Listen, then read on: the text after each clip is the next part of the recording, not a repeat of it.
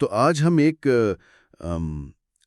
ایسے موضوع پر بات کر رہے ہیں جو ہم سب کو کبھی نہ کبھی محسوس ہوتا ہے، منفی سوچ۔ جی ہاں۔ ہمارے پاس کچھ مواد ہے، شاید کسی مضمون یا بات چیت کے کچھ حصے ہیں جو اس بات کی طے میں جاتا ہے کہ ہم کیوں کبھی کبھی خود پر شک یا مایوسی یا بیکاری کے احساس میں پھنس جاتے ہیں۔ بالکل۔ تو مقصد یہ ہے کہ اس مواد سے کچھ خاص باتیں نکالیں۔ صرف یہ نہیں کہ منفی خیالات ہوتے ہیں، ظاہر ہے وہ تو ہوتے ہیں، لیکن یہ سمجھنا کہ ان کو پہچاننا کیوں ضروری ہے اور کیا واقعی انہیں بدلا جا سکتا ہے۔ اچھا سوال ہے۔ ہاں، کیونکہ یہ مواد کہتا ہے کہ بھئی یہ احساسات عام تو ہیں لیکن ان پر قابو پانا ممکن ہے۔ تو چلیں ذرا گہرائی میں دیکھتے ہیں اس میں کیا ہے۔ اچھا، اس میں جو بات فوراً مجھے تو بہت دلچسپ لگی وہ یہ ہے کہ یہ صرف منفی خیالات کے ہونے پر نہیں رکتا، بلکہ ان سے آگاہ ہونے پر بہت زور دیتا ہے، یعنی اویئرنیس، کہ جب تک ہم نے پتہ ہی نہیں کہ ہمارے دماغ میں چل کیا رہا ہے۔ صحیح۔ ہم اسے بدلنے کی طرف پہلا قدم کیسے اٹھائیں گے؟ تو یہ آگاہی آپ سمجھیں پہلا سب سے ضروری قدم ہے۔ ٹھیک ہے۔ یہ بات تو سمجھ آتی ہے، صرف یہ جاننا کہ میں برا محسوس کر رہا ہوں، اس سے کچھ زیادہ ہے یہ۔ جی بالکل۔ کیا یہ مواد بتاتا ہے کہ کس قسم کے خیالات پر نظر رکھنی چاہیے، جیسے وہ ہمیشہ کبھی نہیں والے الفاظ یا خود پر تنقید؟ ہاں، بالکل اسی طرف اشارہ ہے۔ یہ کہتا ہے کہ خاص طور پر ان جملوں پر دھیان دیں جو آپ کو کمتر ثابت کرتے ہیں یا مستقبل کو بالکل مایوس کن دکھاتے ہیں۔ اچھا۔ اور یہ پیٹرنز پہچاننے کی بات کرتا ہے۔ کیا کوئی خاص صورتحال ہے جو ہمیشہ ایک ہی طرح کی منفی سوچ کو ٹریگر کرتی ہے؟ جیسے کوئی خاص ناکامی یا کسی سے بات چیت؟ بالکل۔ اس پیٹرن کو سمجھنا ہی اصل آگاہی ہے مواد کے مطابق۔ ٹھیک ہے، تو پہلا قدم ہو گیا آگاہی، سمجھ لیا کہ کیا چل رہا ہے، لیکن پھر آگے کیا؟ صرف جان لینا تو کافی نہیں ہوتا نا؟ یہی اس کا اگلا اہم نقطہ ہے، اور یہ صرف وہ سطحی مشورے سے آگے کی بات ہے۔ 3 خاص چیزوں کا ذکر ہے۔ اچھا۔ پہلا، شکر گزاری کا رویہ اپنانا، یعنی گریٹیٹیوڈ۔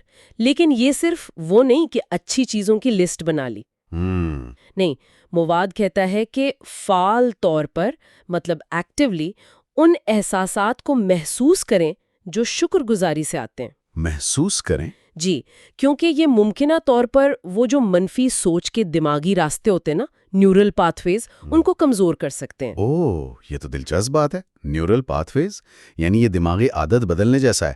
اچھا، اور دوسری 2 چیزیں کیا تھیں؟ دوسرا ہے اپنے ارد گرد ایک آپ کہہ لیں مثبت ماحول بنانا۔ ماحول مطلب لوگ بھی، اور وہ معلومات بھی جو ہم استعمال کرتے ہیں، جیسے منفی خبریں یا سوشل میڈیا پر مسلسل جو کچھ چل رہا ہوتا ہے۔ مواد کا اشارہ ہے کہ یہ سب ہماری سوچ پر اثر ڈالتا ہے۔ صحیح بات ہے۔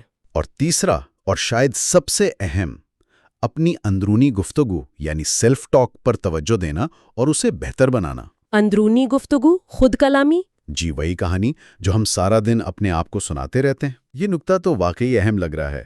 تو یہ سب ملا کر آگاہی، پھر شکر گزاری، ماحول اور یہ خود کلامی، تو یہ مواد اصل میں کیا کہہ رہا ہے؟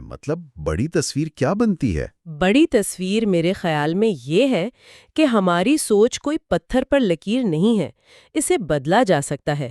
یہ مواد اصل میں علمی تنظیم نو، یا جسے انگریزی میں کوگنیٹو ری فریمنگ کہتے ہیں۔ کوگنیٹو ری فریمنگ؟ جی، اسی تصور کو عملی جامہ پہنا رہا ہے۔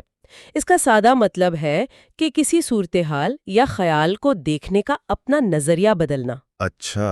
جب ہم نظریہ بدلتے ہیں تو اس سے جڑے احساسات اور ہمارا رد عمل وہ بھی بدل جاتا ہے۔ تو یہ چھوٹے قدم، شکر گزاری، ماحول، خود کلامی، یہ اصل میں اس نظریے کو بدلنے کے اوزار ہیں۔ بالکل، مواد یہی بتا رہا ہے کہ یہ سب اس ری فریمنگ کے اوزار ہیں۔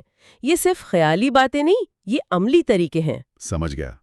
تو یہ صرف یہ کہنا نہیں کہ مثبت سوچو، یہ اس سے کہیں زیادہ گہری بات ہے۔ ہاں، بہت زیادہ۔ یہ ایک پورا عمل ہے۔ پہلے دیکھو کیا ہو رہا ہے، پھر چھوٹے قابل عمل اوزار استعمال کرو تاکہ وہ سوچ کا پیٹرن بدل سکے۔ یہ زیادہ عملی لگتا ہے۔ بالکل، یہ مواد عمل اور مسلسل کوشش پر زور دیتا ہے، یہ نہیں کہ کوئی جادوئی بٹن دبایا اور سب ٹھیک ہو گیا۔ صحیح۔ اور یہ اندرونی گفتگو والی بات خاص طور پر غور طلب ہے۔ یہ صرف بیک گراؤنڈ میں چلنے والی آواز نہیں، یہ ہمارے تجربے کو شکل دے رہی ہوتی ہے۔ تو اس گفتگو کے آخر میں سننے والوں کے لیے ایک سوال چھوڑتے ہیں جو اسی اندرونی گفتگو سے جڑا ہے جس پر مواد اتنا زور دے رہا ہے۔ ہاں جی، ضرور۔ اگر کوئی شخص اپنے دن بھر کی خود کلامی کا ذرا سا جائزہ لے، وہ زیادہ تر کیسی ہوتی ہے؟